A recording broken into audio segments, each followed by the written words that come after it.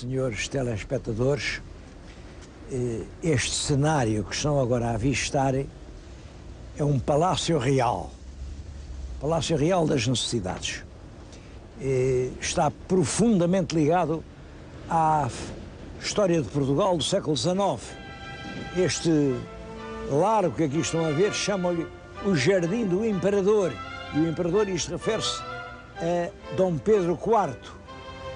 Aqui, neste palácio, viveu a filha do Imperador, foi a Rainha Dona Maria II. Aqui nasceu o filho da Rainha Dona Maria II, que foi o rei Dom Pedro V. É Dom Pedro V que hoje vou falar. Aqui viveram, depois de Dom Pedro V, Dom Luís, o rei Dom Carlos. Bom, as últimas décadas da história da monarquia portuguesa estão todas ligadas a este Palácio das Necessidades, que é um palácio pouco conhecido. Pouco conhecido, e compreende-se bem porquê. É porque este palácio hoje não é letra morta, pelo contrário. Este palácio é a sede do Ministério dos Negócios Estrangeiros. Portanto, os gabinetes que outrora eram as salas reais, onde os reis recebiam, são hoje locais onde os nossos embaixadores trabalham dia e noite para realmente lutar pelo prestígio do nome português. Em todo caso, eu consegui autorização para mostrar os lugares mais ligados à memória do rei Dom Pedro V, e é isso que hoje vou fazer. Antes de Dom Pedro V, queria falar-lhes de uma carta que me emocionou muito. Esta carta emocionou-me muito. Eu recebo milhares de cartas em cada semana e peço desculpa. Estou mesmo a pedir desculpa a tantas pessoas, tantas a quem eu não posso responder, mas eu tenho que escolher: ou respondo ao correio ou faço o programa. Não há possibilidade de juntar as duas coisas. Agora, há cartas que a gente não pode ignorar. Neste caso estou a falar com o senhor Viriato Caetano Dias. É um português que vive em Moçambique, na cidade que hoje se chama Maputo e que outrora se chamou Lourenço Marques, e que me manda aqui um apelo angustiado. Um apelo angustiado porque diz que na sua terra começa a não saber falar o português.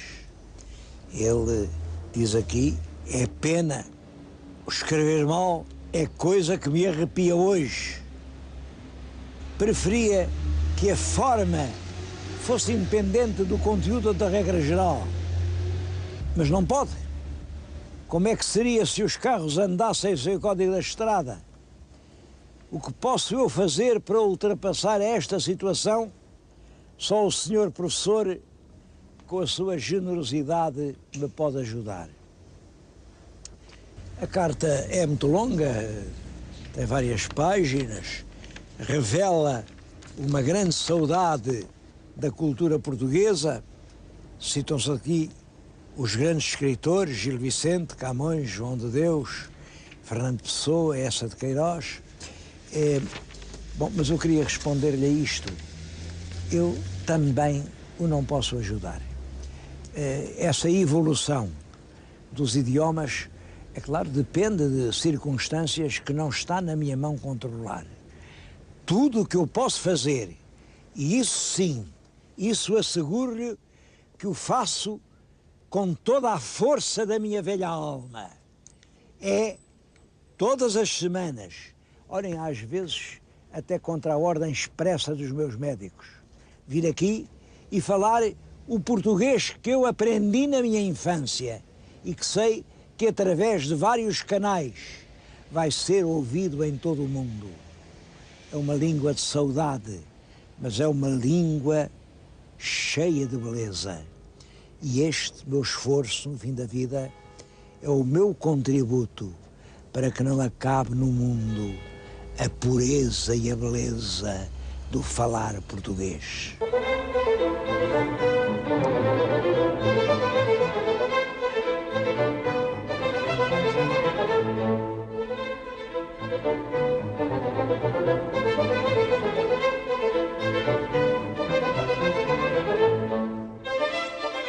Mas o nosso programa de hoje não é sobre a língua portuguesa, mas sobre um rei de Portugal, o nosso 30º rei, Dom Pedro V. Ele reinou pouco tempo. Começou novo e morreu muito novo. Ele morreu aos 25 anos. E o reinado dele durou 6 anos. Durante esse reinado, tudo aconteceu mal em Portugal. Não houve desgraça que não atingisse o nosso país, tanto no plano interno como no plano externo. Foram anos de verdadeira tragédia. Apesar disso, nenhum rei ficou tão profundamente dentro da alma dos portugueses como é o rei Dom Pedro V.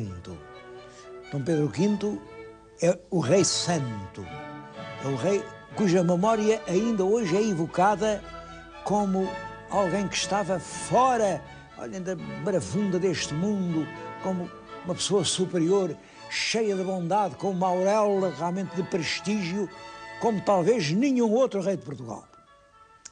E era isso que eu gostava de explicar, como é possível, com um tempo tão mau, um rei deixar uma memória tão boa. Estou-lhes a falar agora aqui no quarto em que ele nasceu.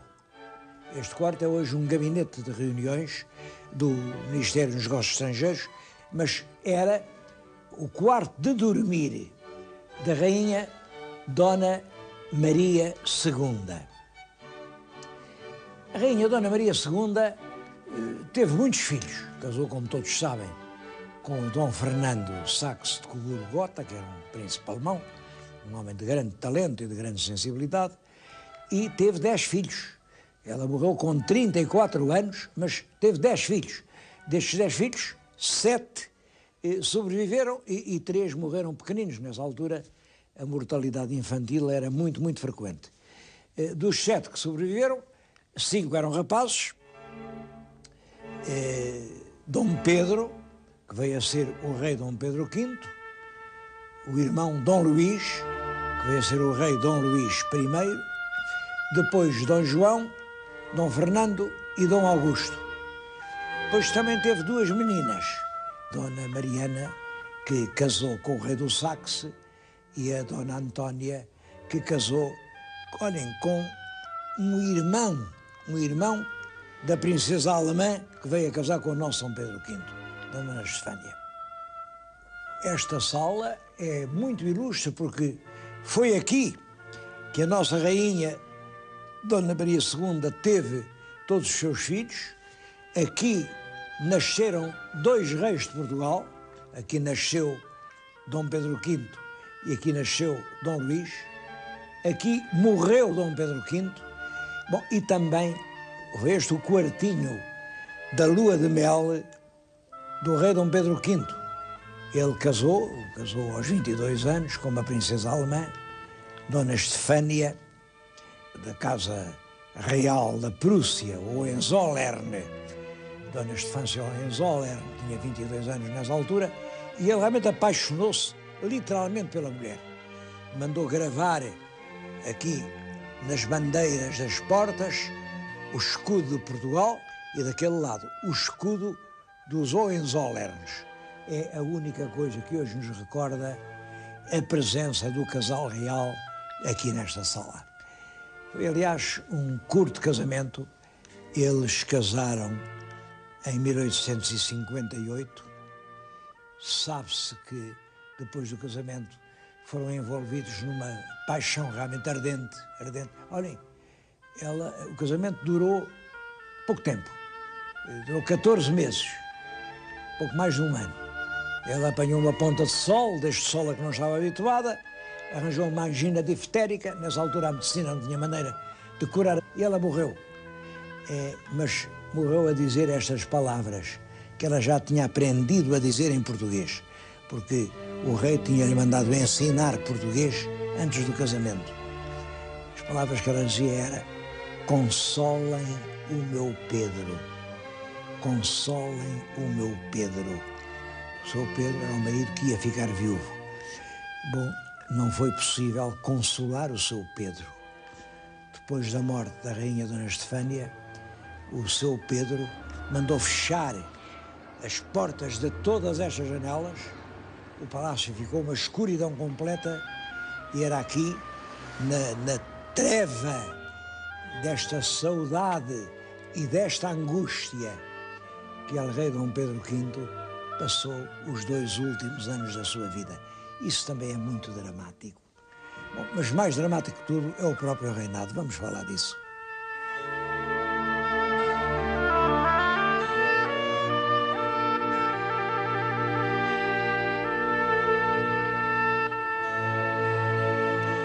O reinado começou sob o signo do luto.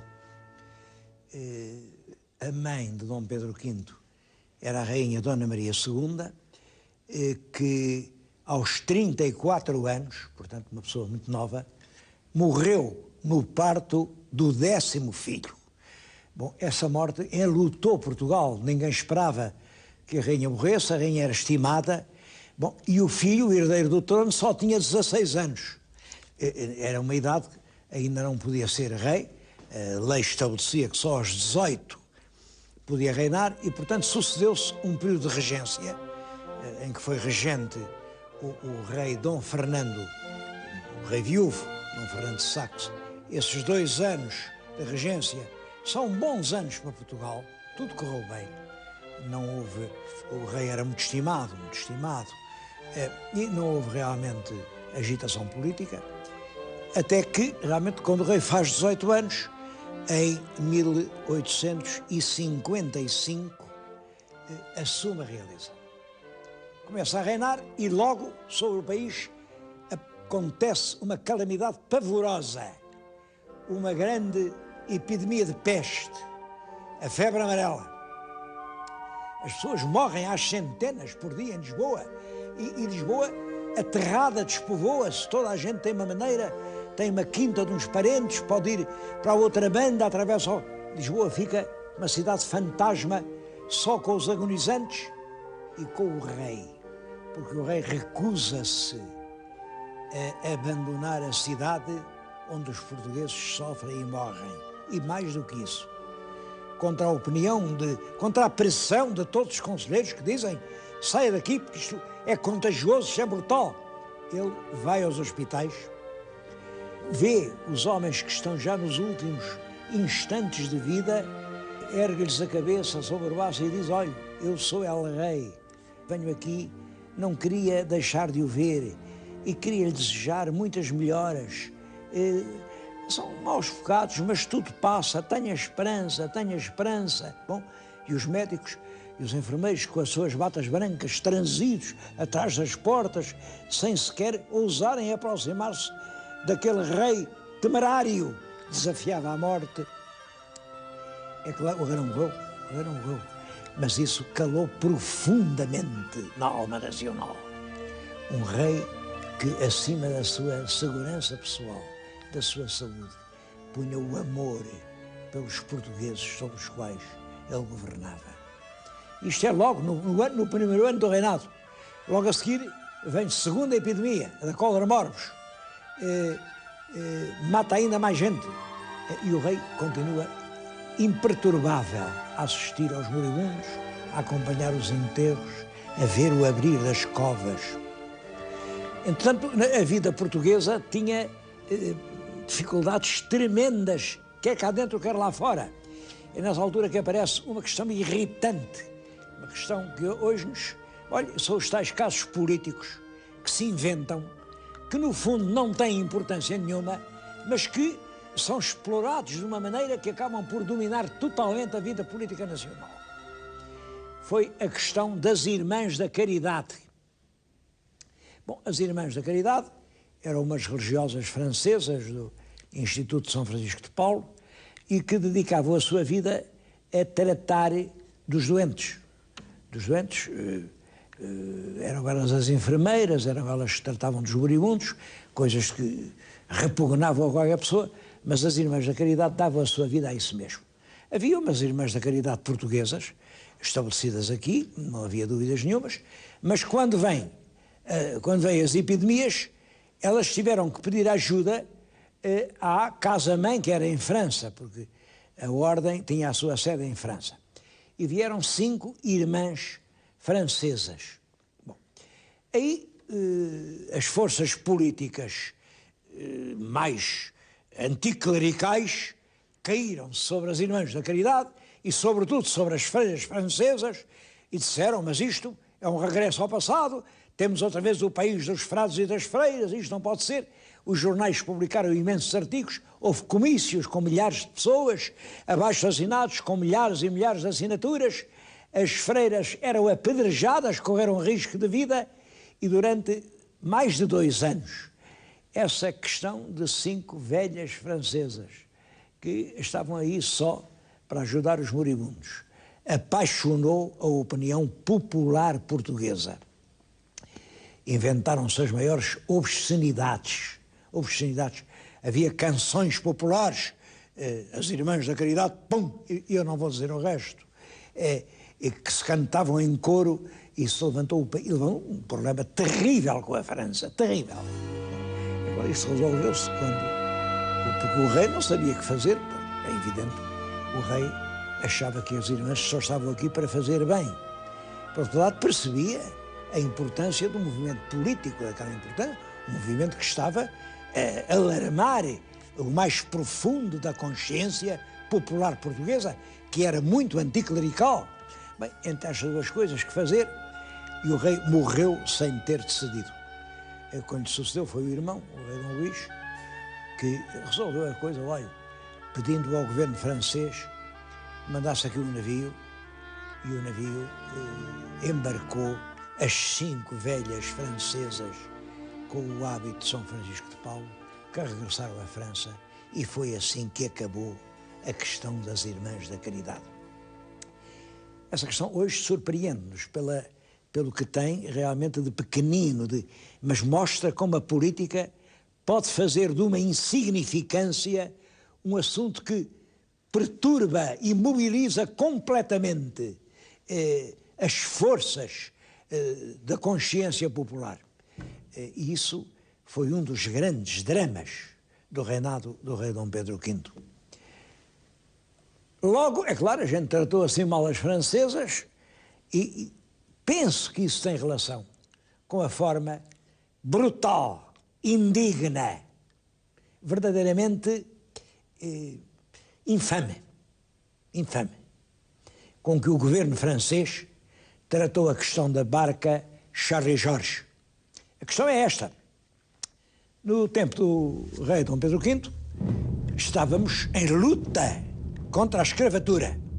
Nas províncias portuguesas de toda a parte, era rigorosamente proibido vender escravos, fazer o tráfico ignóbil de vender criaturas humanas, nossos irmãos, e vendê-los como se fossem gado.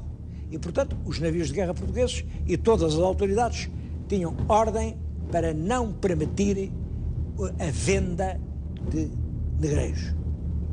Bom, aconteceu que em Moçambique as autoridades viram um barco francês, o barco Charles Georges, que tinha a bordo 120 pretos, amarrados, pés e mãos, amarrados. Bom, as autoridades disseram, então quem é que lhe dá licença para vender escravos? E o capitão do navio disse, não, eles não são escravos, eles são voluntários, são eles que querem. Se querem, mas eles têm as mãos amarradas. Ora, foram eles que pediram que a gente amarrasse as mãos, eles é que pediram. Deu-se a volta ao navio e viu provas evidentes, de que era o negreiro a comprar escravos para levar para as províncias francesas. Bom, o navio foi apreendido, o capitão foi preso, segundo a legislação internacional, e aí aparece o governo da França, nessa altura é o imperador Napoleão III, que intima o governo de Portugal a respeitar a bandeira francesa. Não, senhor, aquele capitão de navio não estava nada a fazer tráfico de escravatura. Isso é uma infâmia. Um francês não faz escravatura. O governo de Portugal tem que respeitar a verdade francesa e a bandeira francesa. Bom, os portugueses mandaram, era nessa altura ministro do ultramar, o Marquês de Sá da Bandeira, nessa altura Visconde, e respondeu com os documentos todos, está aqui a prova de tudo, isto já É um facto absolutamente evidente. Era um negreiro odioso que tinha comprado aos régulos africanos 120 desgraçados para os vender como escravos. Bom, mas o governo francês insiste, apesar de toda a evidência da razão portuguesa, não temos nenhum dos nossos aliados que venha em nossa ajuda, e o governo francês acaba por mandar uma nota. Ou vocês restituem o navio, ou vocês põem o capitão em liberdade e lhe pagam uma quantia enorme, ou uma esquadra francesa entrará no Tejo e fará reinar a justiça ditada pela França pela força das armas. Bom, imaginem a violência e o sofrimento que isto causou no povo português. Foi preciso ceder. É claro, contra a força, uma esquadra francesa, nós não tínhamos armas, não, éramos um pobre país, à mercê da França, que era então a principal potência militar da Europa. Uma esquadra francesa aqui a bombardear Lisboa, não. Bom, foi preciso, olha, pagou-se tudo o que eles queriam, entregou-se o navio, entregou-se o negreiro, e nós tivemos que engolir essa afronta. Bom, e o rei Dom Pedro V assistiu a tudo isso, angustiadamente. Eu estou a falar-lhes nisto aqui, numa sala que era para ele a sala do trono. E o que lhes vou contar revela o espírito dele. O trono era aqui, era nesta parede. Mas era um trono móvel. Tinha um estrado e punham a cadeira do trono ao meio, e quando não havia sessões reais, tirava-se o estrado e isto servia de salão de festas, de recepção. Era o salão nobre do palácio. Era o salão mais bonito que o palácio tinha. Felizmente ele hoje está inteiramente restaurado e tem toda a sua beleza dos tempos de outrora. Portanto, era ali, punham um estrado, o trono, e era ali que vinham os vassalos prestar homenagem ao rei, joelhavam e beijavam a mão de sua majestade. Dom Pedro V acaba com isso. Diz: joelhar, um homem só se joelha diante de Deus, que está acima dele. Todos os outros homens são irmãos. Ninguém tem que joelhar-se diante de ninguém. E beijar a mão. Bom, isso... posso beijar a mão ao pai, posso... Agora, eu não sou o pai dos portugueses, sou irmão deles. Portanto, ninguém mais me vai beijar a mão. Um português que estima outro português, aperta-lhe a mão. É com um leal aperto da mão que exprime a sua amizade. Bom, é o rei Dom Pedro V que aqui, nesta sala, suprime a flexão dos joelhos e o beijamão secular pelo aperto de mão democrático que reinou até hoje. Eu acho que isto são factos importantes que estão a dar a ideia de quem era esse rei. Bom, mas realmente as condições políticas do tempo são muito perturbadas e, embora ele tivesse muitos irmãos, a certa altura os príncipes começam a morrer. Não sei, é uma coisa, uma cólica, uma dor, uma febre muito grande, e os médicos vêm, mas o príncipe morre. Isso é o primeiro. Depois é o segundo príncipe que morre. Depois é ele próprio que morre. Morrem os filhos de Dona Maria.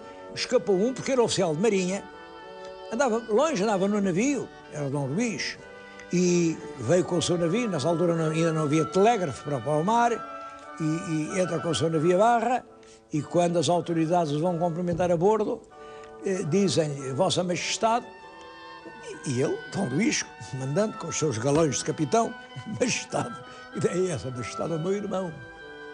E deem dizer, seu irmão faleceu. Hoje o rei de Portugal é Vossa Majestade. Bom, e é assim que começa o longo reinado do rei Dom Luís. Perante a morte dos príncipes e dos reis, há uma grande insurreição popular porque o povo amava verdadeiramente aquele rei. O palácio foi invadido, quiseram matar porque puseram suspeitos. Quem é que suspeito? Isso com certeza foi Costa Cabral. Costa Cabral não, com certeza que foi o Duque de Lolé. Duque de Lolé não, com certeza que foi. Bem, arranjaram. Toda a gente tinha a cabeça de que eles não gostavam, é que eram os assassinos do rei. Assaltaram as casas, destruíram mobílias, perseguiram pessoas. O governo teve que fugir pelas traseiras do Palácio do Ministério porque o povo indignado queria vingar o seu rei. É claro que ele ficou para sempre na alma popular.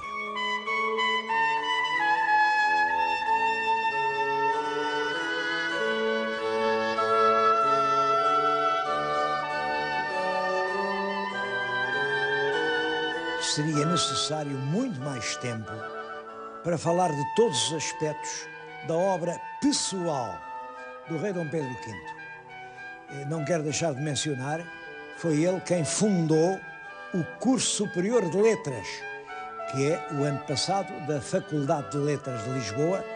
Foi ele quem escolheu os professores e ele próprio, rei, saía do Paço Real e ia com frequência ouvir as aulas dos lentes, sobretudo a de um professor que falava muito bem, que dava umas belas aulas de história, que era o historiador Rebelo da Silva. Rebelo da Silva fala do rei e descreve o seu falecimento nas palavras que lhes vou ler.